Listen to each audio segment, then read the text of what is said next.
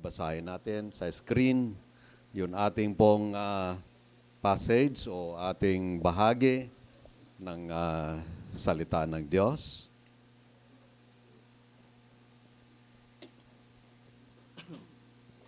Matthew chapter 2, 1 to 12.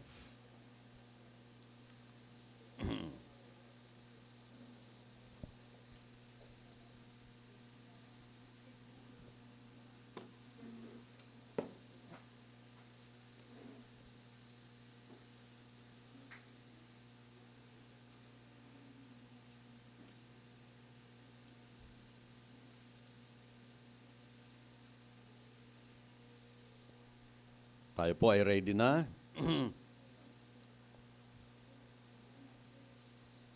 Maganda po nito ay babasahin ko sa English, tapos kayo ay sumagot sa Tagalog. No? Responsibly. Matthew 2, 1 to 12. Now after Jesus was born in Bethlehem of Judea, in the days of Herod the king, behold, wise men from the east came to Jerusalem.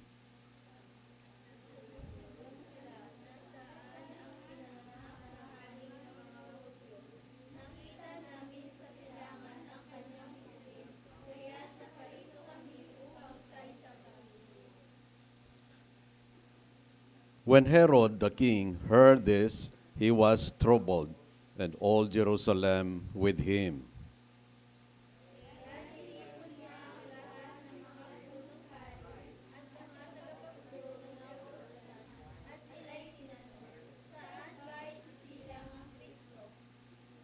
So they said to him, in Bethlehem of Judea, for thus it is written by the prophet,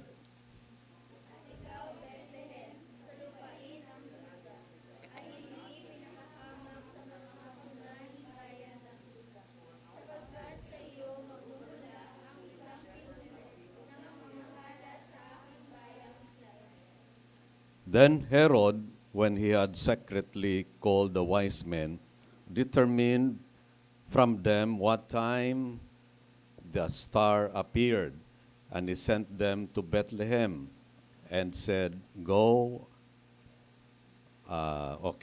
sorry, 8 kayo.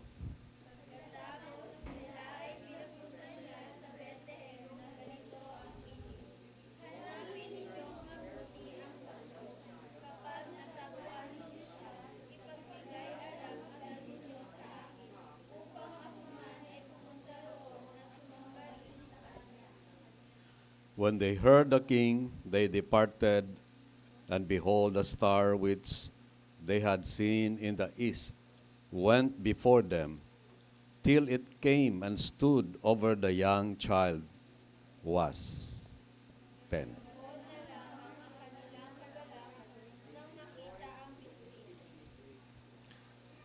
And when they had come into the house, they saw the young child with Mary, his mother, and fell down and worshipped him. And when they had opened their treasures, they presented gifts to him, gold, frankincense, and myrrh. Lahat po. Then, being divinely warned in a dream that they should not return to Herod, they departed for their own country the other way. Tayo ay manalangin. Salamat, Panginoon, na itong araw na aming ginugunita dito sa church, ang Pasko o Christmas, ay aming mapasariwa sa aming mga isipan ang pangyayari nung gabi na kayo ay ipinanganak dito sa mundong ibabaw. At salamat, Panginoon, na hanggang ngayon, buhay pa rin ang diwa ng Pasko. At andito kami upang magsamba sa inyo, katulad sa aming nakita sa unang gabi na yon na kayo ay agad-agad na sinamba. Paintulot niyo po, Panginoon, na ngayong umaga talaga pong kami ay maka-absorb, maunawaan namin, Panginoon, ang inyong mensahe para sa amin, lalo na sa pagharap namin sa isang hindi namin matitiyak na kapanahunan. Ihanda niyo po ang bawat isa sa amin, ang inyong abang lingkod, sa pangalan ng Panginoong Yesus. Amen. Okay po, ang ating title ay What Brings Joy in Christmas? Ayun, nabanggit ni Pastor Joe kanina. Dahil may mga regalo. Saan ang mga regalo? Ayun. Okay. Hindi lang yan. Okay. Alam nyo ba na nagulat ako, maagang-maaga pa, inabutan na ako ng love gift? Yun, hindi ko lang sasabihin kung sino. Sa lahat ng mga kapatiran, siya pa. Kaya nga po, talaga pong ang diwa ng Pasko ay buhay na buhay. So, what brings joy in Christmas? Alam niyo po, ang konsepto ng marami at ng sanlibutan, typical, no? Yung nga nabanggit ko, mga regalo, ay mga parties, ay alam niyo po, nagta-traffic jam kasi pumupunta sa mga parties, no? May mahirap. Hintayin na lang natin yung tayo ay gumala after po ng 25. Ayan, talaga pong malinis na ang kalinian. Ano pa po ay may mga pagbibigay ng mga regalo. Ngunit, alam niyo po, kung doon po nakasalalay yung ating kasiyahan, kagalakan sa Pasko, yung ating Christmas ay magiging white Christmas talaga.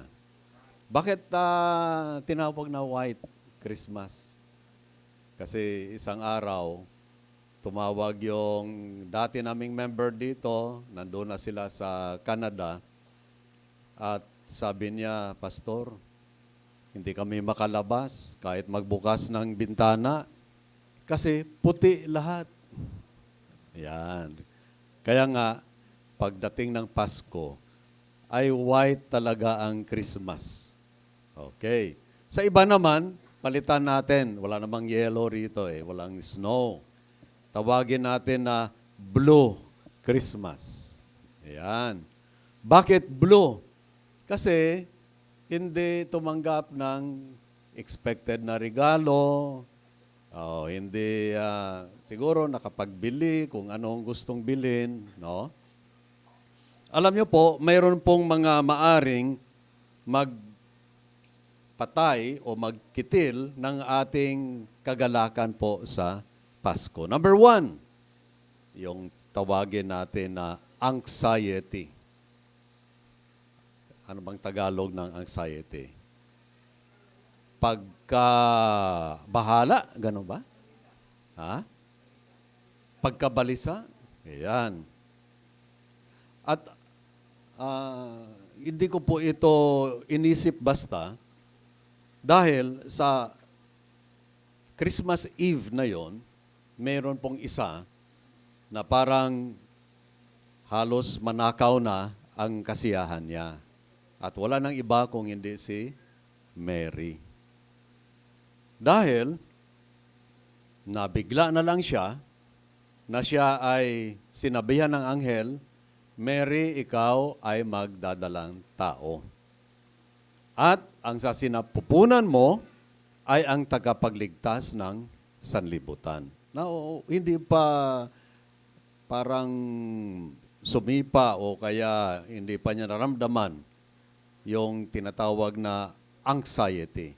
Doon na, nung sinabi na niya sa kay Joseph, na kung saan siya ay yung parang betrothed, no?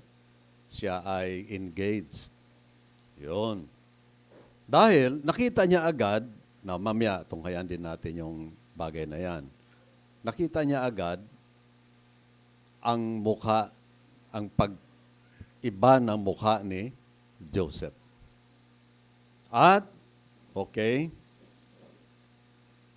After ng mga ilang linggo, buwan, nung meron na siyang bukol dito, so tatanong yung mga tao, tumaba ka ba? Bakit lumaki yung tiyan mo? Ayun. Hanggang dumating sa 9th month, no, na siya ay manganganak na. Alam niyo po, sa tradisyon, kaugalian ng mga Hudyo, pag ikaw ay nalaman, lalo na ikaw ay engaged, no, na ikaw ay nag-commit ng adultery, itinatakwil yon. Sa Old Testament, binabato pa. Nung nangyari yon at naramdaman ni Mary na andyan na, nagiging totoo na yung sinabi ng anghel, siya po ay tinamaan ng anxiety. Alam niyo po, sa Pasko, Paskong dako kung sa mga Bisaya pa. Kasagsagan ng Pasko, may mga maaring malungkot dahil po sa anxiety, no? Or pagkabalisa o pagkabahala. Now, kung kayo po ay masyado kayong sumusubaybay, kayo ay followers sa mga social media, lalo na po sa balita, sa 24 Oras, CNN, TV5, lagi pong sinasabi sa atin na nasa pinakamataas tayo na inflation. Alam niyo po yung inflation? Yung pagsipa po ng presyo in mga 14 to 20 years, no? Oh. Kaya nga po, talagang umaharap po tayo sa nakabahala na kinabukasan. Maaring yung atin pong dating budget, kaya nga pagka ini-interview doon sa mga palengke, ay, yung aking binibili na pangsahog sa halip na 500, ang budget ko isang linggo, 200 na lang. Kasi kulang. Kaya nga po, lagi sinasabi ay maghunos dili muna, huwag muna kayo bumili ng mga big time na mga projects o kaya mag-invest ng mga big time na investment dahil hindi natin natitiyak, no po, ang magiging susunod na mga buwan, taon. Anxiety, maaring magnakaw po sa ating galakan sa Paskong ito. Pangalawa po ay hurt. Ano bang Tagalog ng hurt? H-U-R-T. Nasaktan. Ayun. May mga puso ba dito ngayon na nasaktan? Mayroon bang nakasakit, nakabasag sa inyong puso? Iyon. Sa mga may edad na, lalo na mga seniors, daw sa wala lang. Pero yung mga kabataan, parang nagre-react agad. Baka naman meron. Yun, parang may narinig na ako nag-react.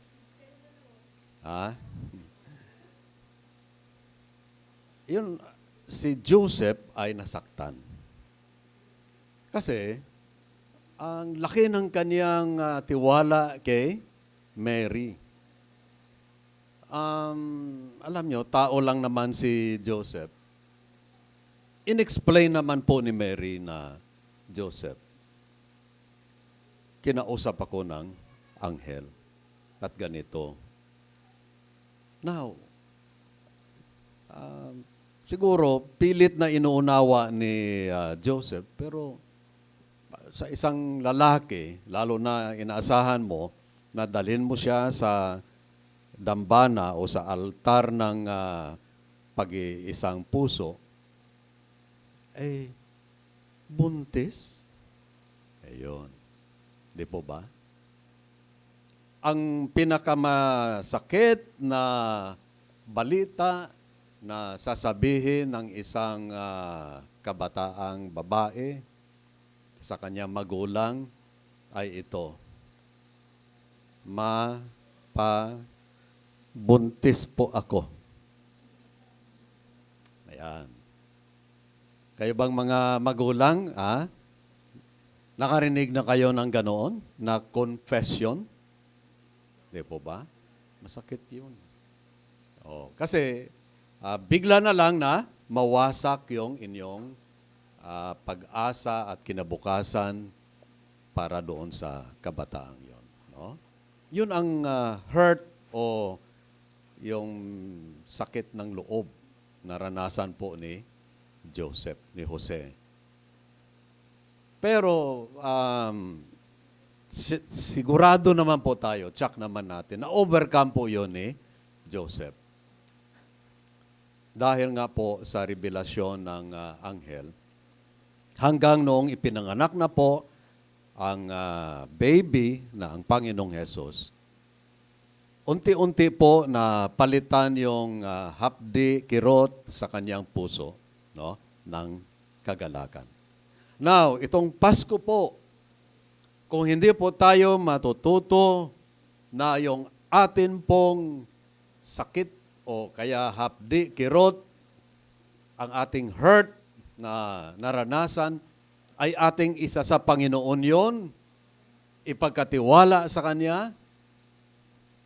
Alam niyo po, hindi ho tayo talaga makakaranas ng kagalakan sa Pasko.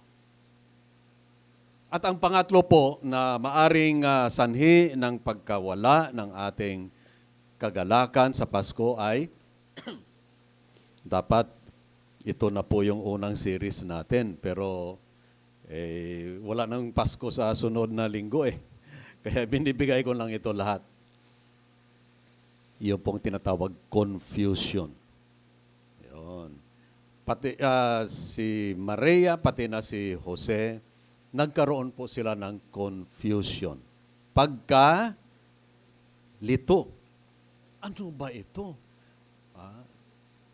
Ang nasa iyong sinapupunan ay binhi ng banal na Espiritu. Ano ba yan? First time na ito ay narinig ni na Mary at saka ni Jose. Paano ba nila yon unawain? Paano ba nila i-explain yon sa kanilang mga kamag-anak na umaasa sa kanila? Alam niyo po, kung inyo pong i-research ang buhay nitong dalawa, lalo na po si Jose, ang sinasabi, Joseph was a godly, righteous man. Matuwid na tao. Mantakin nyo, sa kanyang buhay na matuwid, ay bigla na lang siya ay hampasin ng ganoong uring pangyayari. No? Kaya nalito talaga. Si Maria ganon din. Si Maria talagang faithful siya, matapat siya talaga doon kay Jose. Pero nangyari po yan. No? Kalituhan. Alam nyo, ang kalituhan ay dahil na po yan sa ating kulang pagkilala o maaring walang pagkakilala sa ating sovereign God. Alam niyo po ang ibig sabihin na sovereign? Na ang Diyos ang may hawak sa lahat sa buhay natin. Amen? Hindi ko lang nababanggit sa inyo at kayo hindi rin nakakabanggit, maari. May mga pangyayari sa kasalukuyan sa ating buhay na hindi natin nauunawaan po. Meron ba kayong ganon? Sa amin po, hindi ho naaalis. No? Pero, ito lang po ang yung konsuelo natin. Ang Diyos ang may hawak sa lahat. God is in control. Alam niyo, madali sabihin, God is good and all the time, God is good. Alam niyo po, madaling sabihin yan. Pero pag sumuong kayo sa mga matitindi na mga pagsubok, naku po, magtatanong kayo, di ba Panginoon, mabait kayo? Bakit ganito ang nangyari sa aming pamilya? Ganito nangyari sa buhay ko? No? Pero, hindi natin dapat po i-question yung kabutihan, kabaitan, lalo na po ang pag-ibig ng Diyos. Kung kilala nyo siya. Do you know the Lord Jesus Christ personally? Mayroon ba kayong personal na relasyon sa Panginoong Yesus? Mayroon ka bang alaala sa iyong buhay, isang araw sa iyong buhay, mayroon kang memory, no, pag-alaala, na isang araw sa iyong buhay, ikaw ay humarap sa Kanya. No, hindi naman literal. At ikaw ay nakipagpanayam sa Kanya, sinabi niyo, Panginoon Jesus, makasalanan ako. Hindi ko maliligtas ang aking sarili. Panginoong Jesus, kinikilala ko kayo na kayo lamang ang tagapagligtas. Kayo lamang makakaligtas. Kaya ngayong Panginoong Jesus, binubuksan ko aking puso sa inyo. Inaanyahan kita na aking maging tagapagligtas at Panginoon. Mayroon ba kayong alaala na ganon? Sino? Amen. Amen. Yung iba naman, hindi makataas ng kamay. Hindi ko ho lagi ko pala sinasabi, hindi ko po ito ay minsan parang sirang plaka. Pero hindi ko talaga po makakalimutan yung nangyari sa akin. No?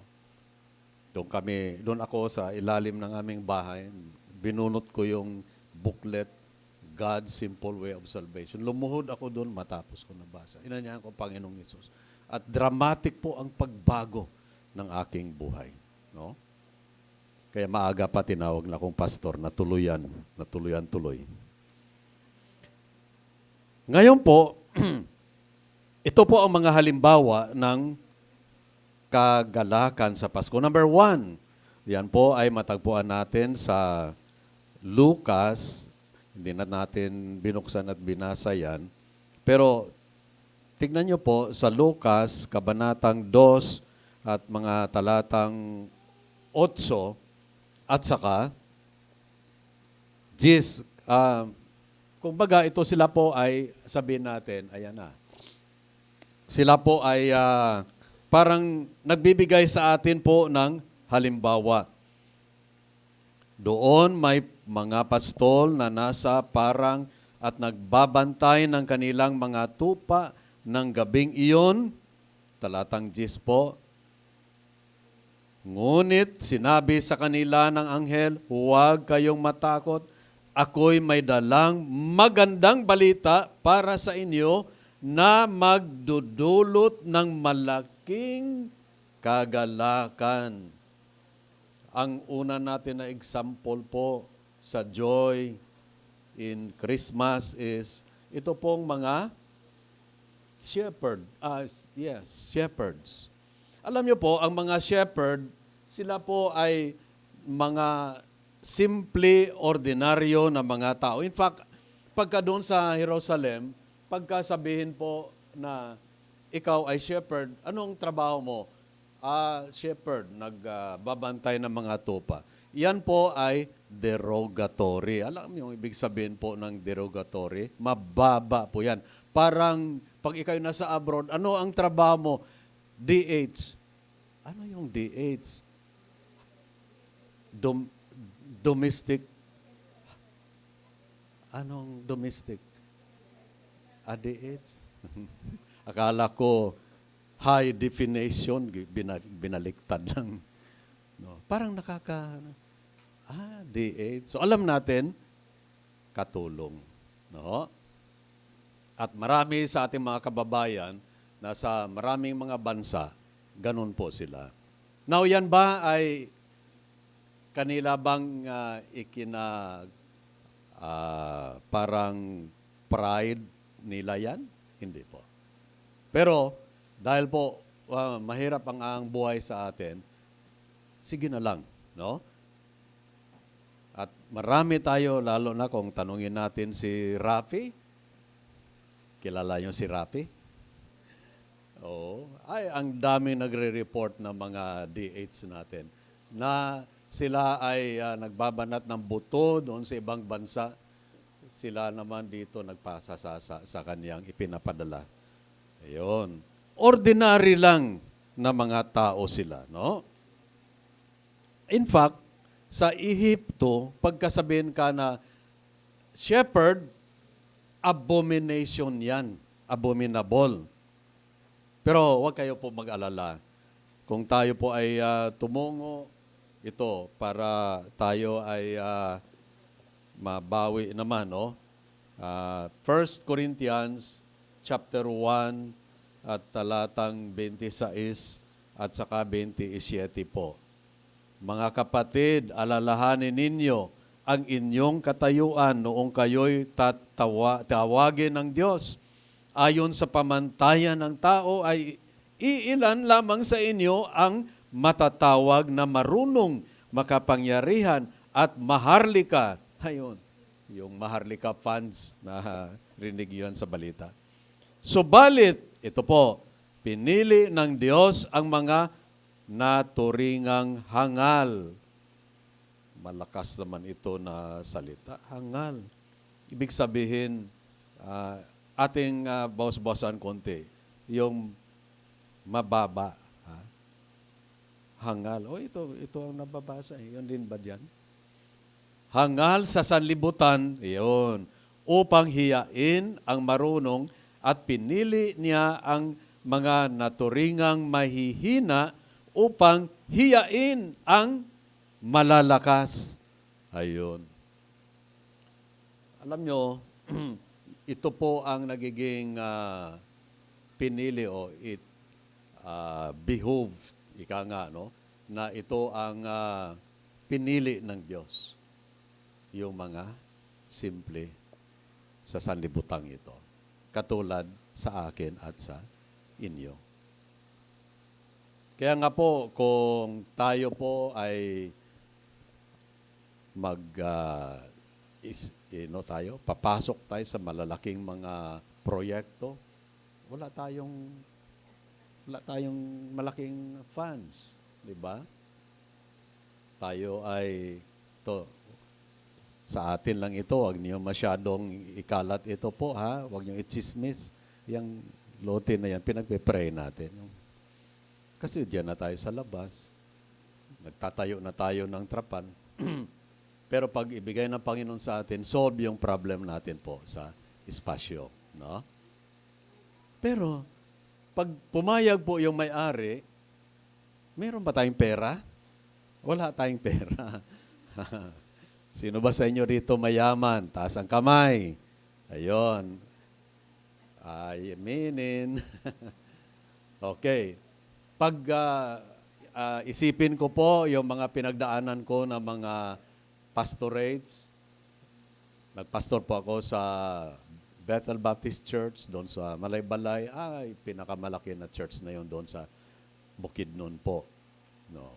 At that time, meron silang 1,000 members. No? Ngayon, umubra na yata. Ewan ko lang, kaya na bawasan.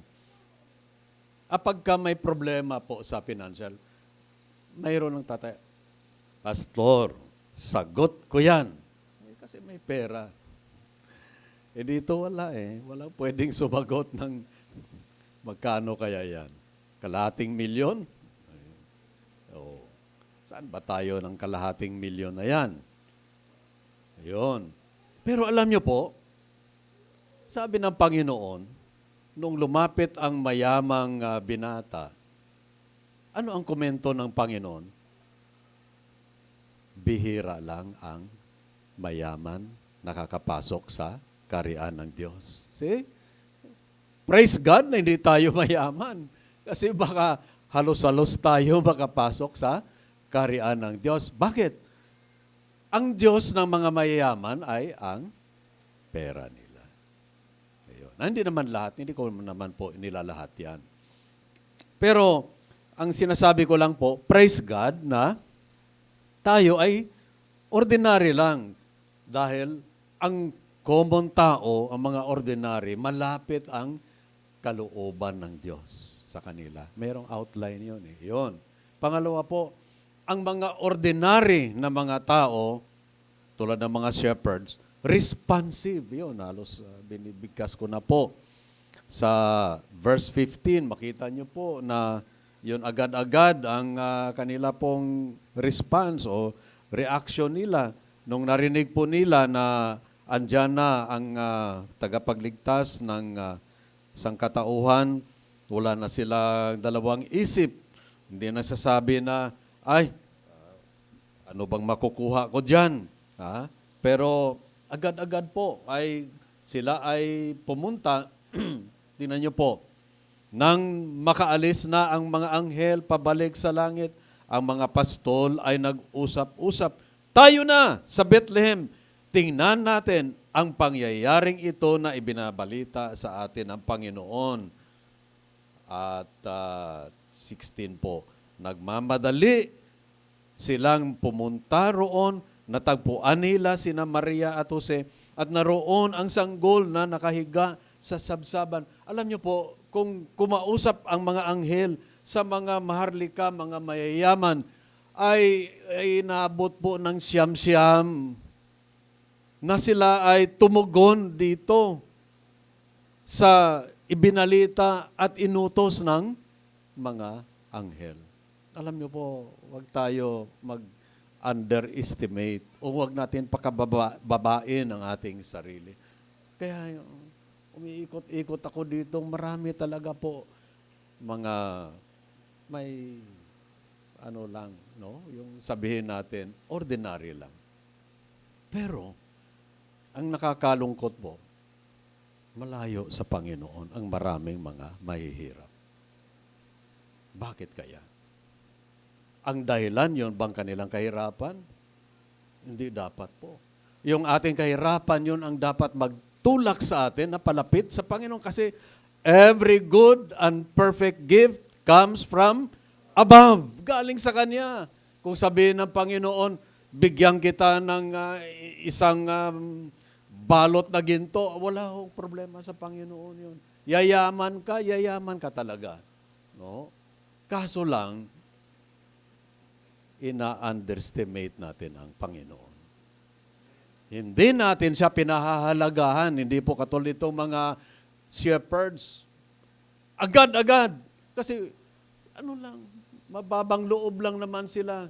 Sino ba tayo na tayo ay pinakitaan ng mga anghel at binigyan itong komisyon, itong utos na ito. Tara na, punta na tayo, ha? Privilege natin ito. Alam niyo po, yan din po ang dahilan ko bakit tinatawag tayo ng Panginoon na maghayo at magbalita ng magandang balita. Sino ang gumaganap? Sino ang sumusunod? Karamihan po ay mga ordinary na mga tao. Mababa ang kanilang kalooban po. Kaya sila ay mabilis na nagre-react. Letter C. Yan, medyo nauunahan ko.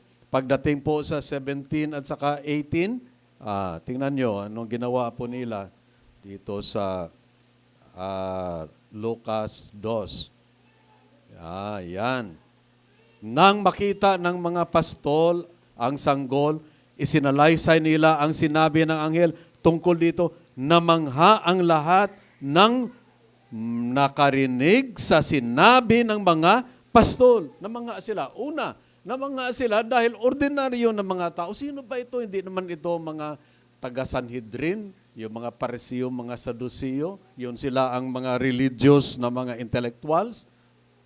Ordinaryo lang. Kaya namangha sila. Ang pangalawang dahilan, bakit namangha? Dahil for the first time, narinig ng mga tao na kanilang pinagsisiran na mayroon na andito na pala ang Mesiyas. Oho. So, wag ho natin i-underestimate ang ating sarili. Ako ay isa lang na simpleng manggagawa. Hindi po. No? Ako ay karpintero lang. Ako ay isa lang na yung masono, no? Karamihan dito sa atin, ganun ang trabaho. Birang-bira naman ang trabaho mo. Engineer. Engineer ka. Mayroon bang engineer sa atin dito? Wala, no?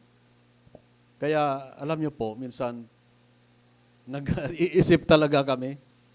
Lord, galing kami sa nung nadong kami San Juan, yung mga pag-linggo, ang nakaparada ng mga sasakyan ng mga kapatiran. Wow. May mga kaya. Pagdating dito, ang nakaparada dyan, ay wala nga Bisikleta, wala nga See? Pero, dapat po, bawiin natin yan sa atin pong maagap na pagsunod sa Panginoon. Amen po, ha? Nako, ilan kaya sa atin, paglinggo, excited maglingkod sa Panginoon, ilan lang. Kailangan palalahanan, ay kapatid, mag-prayer meeting tayo. Doon sa group chat, ay kapatid, bukas linggo, palalahanan pa na linggo. Mga kapatid, huwag natin po ilang yung ating pagiging ordinary lang. Number 2 po, magtaka kayo kung bakit hindi naman ito tao. Pero, ang yung star, akin na pong bilisan talaga ito. Sa Mateo 2 naman po ito, yung ating nabasa po kanina. Mateo Kabanatang 2, talatang 2 po. Yung star ay mapapagkuhanan natin ng halimbawa o inspirasyon po yan. Talatang 2 ng Kapitulo 2 po ng ating Nagtanong sila na saan ang ipinanganak na hari ng mga Hudyo. Nakita namin sa silangan ang kanyang bituin, kaya't naparito kami upang siya'y sambahin. Paano po itong mga shepherds, itong mga nagbabantay ng mga tupa, paano po sila nadala doon sa kinaroroonan ng tagapagligtas ng sanlibutan sa pamagitan po ng star na yon? Ang star na yon, una sa lahat, nagiging patotoo.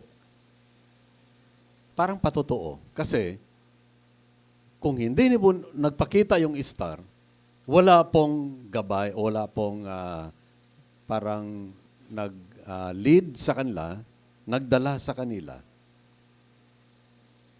Ang gusto ng Panginoon, parang katulad tayo ng star. No? Pag nakita nila ang buhay natin, genuine ito. Pero nakakalungkot po.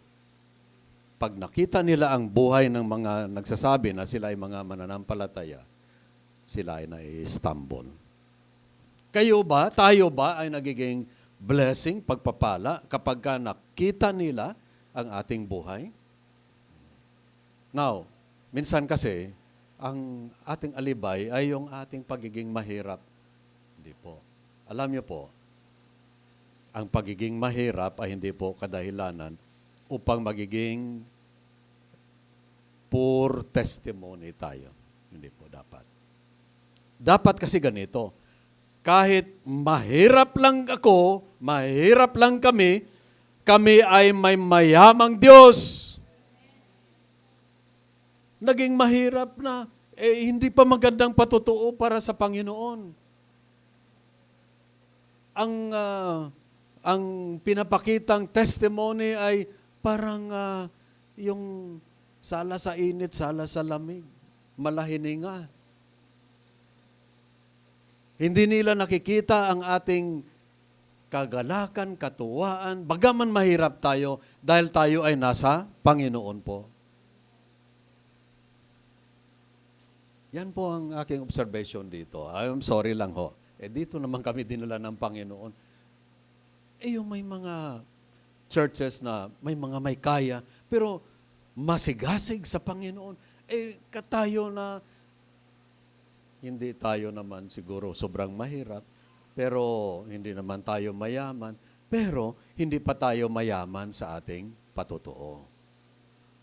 Pangalawa po, ang star na yon ay nagbigay po ng giya, gabay, guidance, no po? Kaya pag tignan natin po diyan sa 9 at saka 10 po, no? Yun. Tignan niyo po. Binabanggit dito, pagkarinig sa bilin ng hari, sila'y nagpatuloy sa paghahanap. Ang bituin na nanguna sa kanila mula sa silangan ay tumigil sa tapat ng kinaroonan ng bata. 10. Ganoon na lamang ang kanilang kagalakan nang makita ang bituin. Tingnan nyo ang bituin. Hindi tumigil sa kagabay sa kanila hanggang nandoon na talaga sila sa kinaroroonan ng baby na ang Panginoong Hesus. No? Ganun dapat din tayo as a testimony sa Panginoon. Parang star tayo. Huwag natin tigilan sila ng kaka-encourage sa Panginoon hanggang talagang sila ay makakilala sa Panginoon. At sila ay magiging matibay sa Panginoon. Yan ang ating kulang. Kaya nga po, nais natin talaga magkaroon tayo ng mga disciples. Sino ba ang willing na maging disciple? Yun po ang kakulangan natin dito. Ang next po ay, ano pa ang ating napansin sa kanila? Ayan. Ang atin bang buhay ay shining star. Nagniningning. O kaya, yung punde na star. Pag tiningnan tayo, walang naaakit sa ating buhay.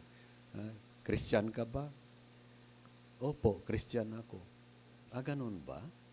Pag sabihin na ganun ba, ay nagiging hindi na tayo pagpapala. Hindi na tayo nagiging encouragement. Yun. Last na lang po. Okay, mag-alala, tayo ay mayroon na namang material na blessing. So, ngayon, spiritual muna, namnamin natin to. So, number 3, ayun, ito, ang mga seekers. Sa chapter 2 ng Mateo, balik tayo po, no? Nagtanong sila, nasaan ang ipinanganak na hari ng mga Hudyo? No, ito naman, ang grupo na ito ay mga wise men. Okay? Mga pantas. Sila po ay tawagin natin na seekers. Naghahanap. Okay. Ano po ang kanilang, yung ating subpoint? Ano ang kanilang hinahanap? Searchers sila, no? Okay, seekers, searchers. Sabi ng Bible, seek, saliksikin ninyo ang kasulatan dahil diyan nyo malalaman, matitiyak na kayo ay may buhay na walang hanggan. Yan din ang exhortation ni Apostol Pablo sa kaniyang yung disciple, si Timothy.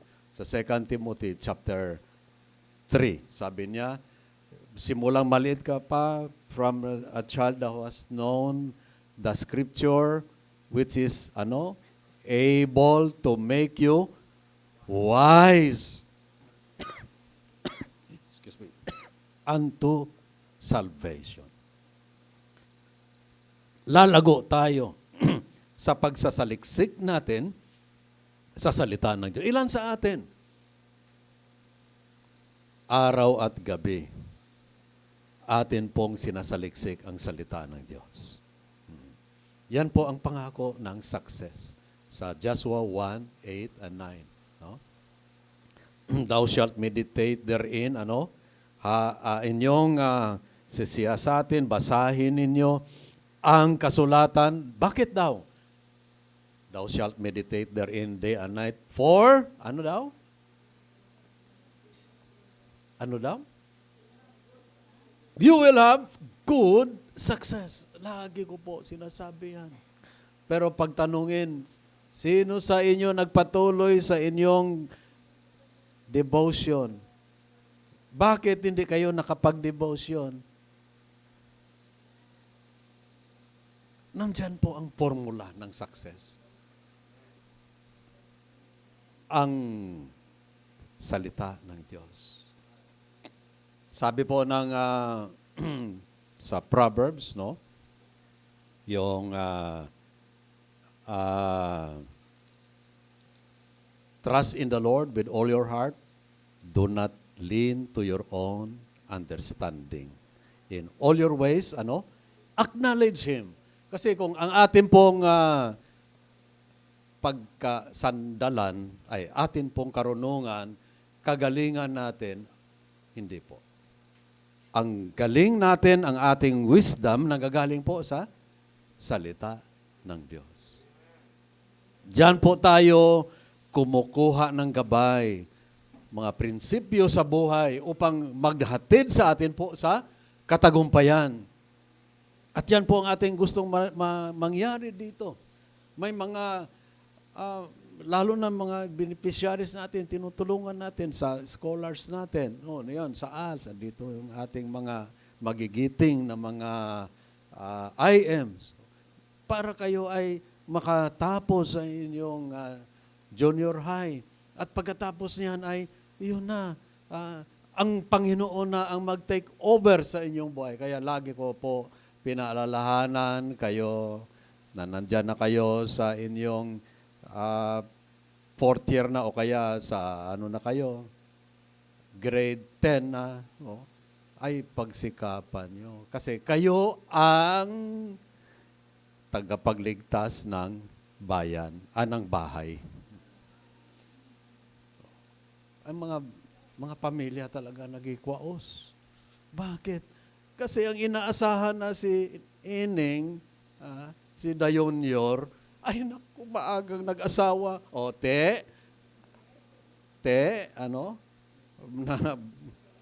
ano nang nangyari? Kung sa Ilonggo pa. Talaga po, totoo yan. Kasi po, kung gawin na natin po talaga ang Panginoon, number 1. Ano yung sabi ng Matthew 6:33? Ano daw? Seek first the kingdom of God. Paano mo i-search ang kingdom of God?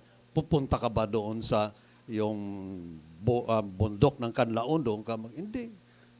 Sa Bible. Ayan. Doon lang po. Sa Bible. Seek.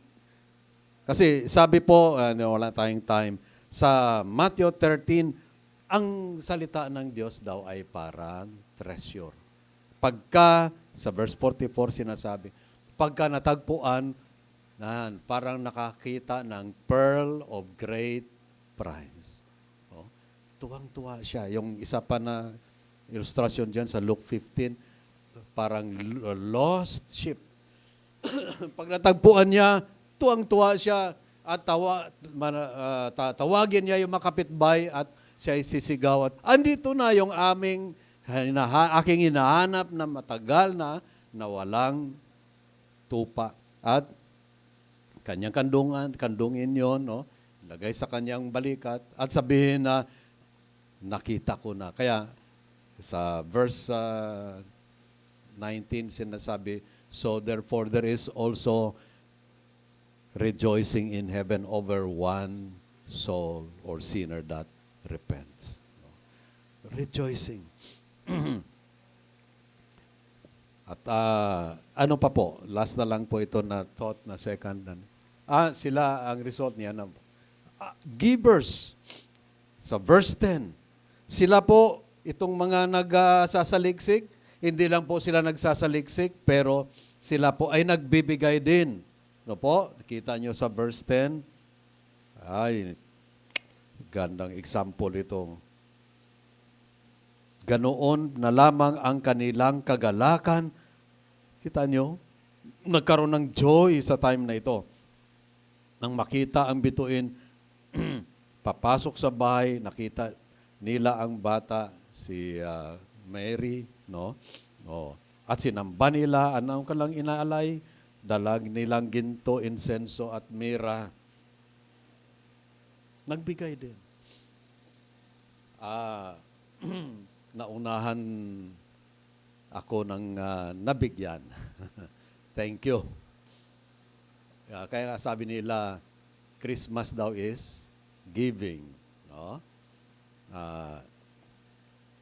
Di ko na sana sabihin ito, pero isa sa mga workers natin sa amin din, sila po ay binigyan natin ng treat. At yung isa, hindi naman siya taga rito, pero Christian din siya. Nung tumanggap siya, sabi niya, ay, praise God. Meron na ako pang first fruits. Kasi po, yung bukod sa salary niya, nabigyan siya ng 13th month. At sa kanilang church, every year, nagbibigay po sila ng kanilang first fruits. Narinig niyo yan? First fruits. Gusto ko sana gawin dito, pero baka mamaya mapagkamalan tayo. Kasi ang atin pong rito, namibigay tayo. Ngayon, magsimula na tayo mag-isip-isip, mag-pray. Hindi naman siya. Hirap nga sila. Ilan yung anak niya? 3? 3 anak ko. Testimony siya. Sabi niya, Pastor, biyaya lang ng Panginoon na papaaral ko itong mga anak ko. No? Pero, nag-testimony, may pambigay na ako ng first fruits. Ano ibig sabihin? Yung 13th month niya, dapat ibili na nila, kanila nang i-treat doon sa McDo, kung saan, o punta sa Taytay Tiangge, mamili kung ano. Hindi, binigay para sa gawain ng Panginoon. Grabe. Kung kaya ang Panginoon, ganun yung klaseng anak, ano yung puso mo? Anong damdamin mo? Di ba? Siya ay iyong pagpapalain. Bubuhusan mo siya ng blessings. Amen po? Tayo po ay kung inyong tinanggap ang pagpapala ng Panginoon, tumayo at magsasabing, Amen! Praise God! Sana po ngayong umaga, bawat isa sa atin, natagpuan na ninyo po ang tunay na kahulugan ng Pasko.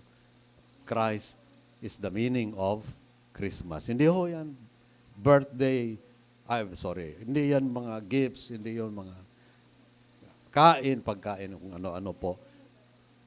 Christ is the meaning of Christmas. No? So, ngayon po, tayo ay magkaroon ng, pray muna tayo, Pastor Joe.